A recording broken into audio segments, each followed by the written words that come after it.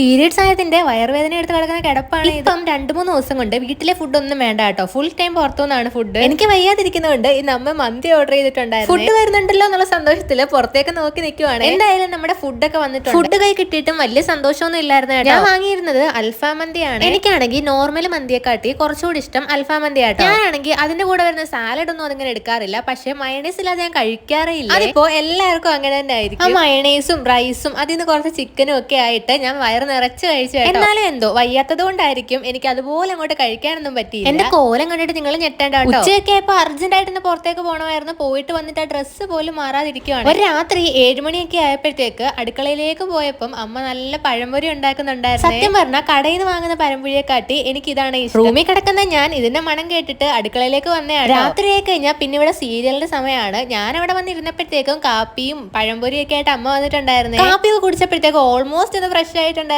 അപ്പൊ ഇന്നത്തേക്ക് ഇത്രയുള്ള കേട്ടോ. നാളെ വരാൻ